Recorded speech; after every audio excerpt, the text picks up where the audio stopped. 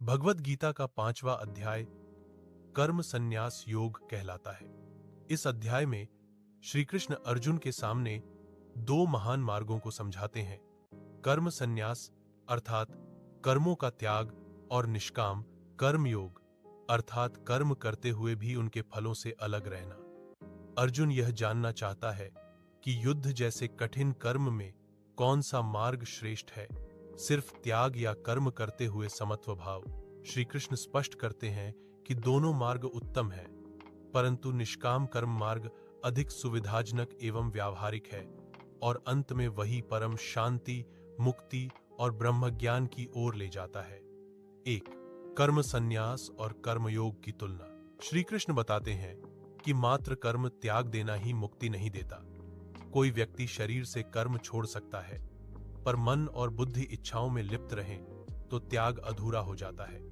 दूसरी ओर जो व्यक्ति सभी कर्म करता है पर फल की आशा छोड़ देता है, वह अप्रयास ब्रह्म स्थिति प्राप्त कर सकता है। अर्थात संन्यास इक्वल्स कर्मों का बाहरी त्याग। कर्मयोग कर्म करते हुए फल से विरक्ति दोनों का लक्ष्य समान है, आत्म साक्षात्कार और परमात्मा की प्राप्ति। परंतु श्री कृष्ण कहते हैं कि कर्मयोगी सन्यासियों से भी श्रेष्ठ है, क्योंकि कर्मयोग जीवन में आसान, समाजोपयोगी और अधिक तेजी से मन को शुद्ध करता है। 2. कर्ता कौन है? अहम भाव का शमन। इस अध्याय में श्री कृष्ण बताते हैं कि असली कर्ता न तो मनुष्य है, न इंद्रियां, बल्कि प्रकृति की त्रिगुणात्मक शक्तियां हैं। शरीर के द्वारा कर्म होते हैं, मन और बुद्धि केवल साधन है। आत्मा निर्लेप और शुद्ध है।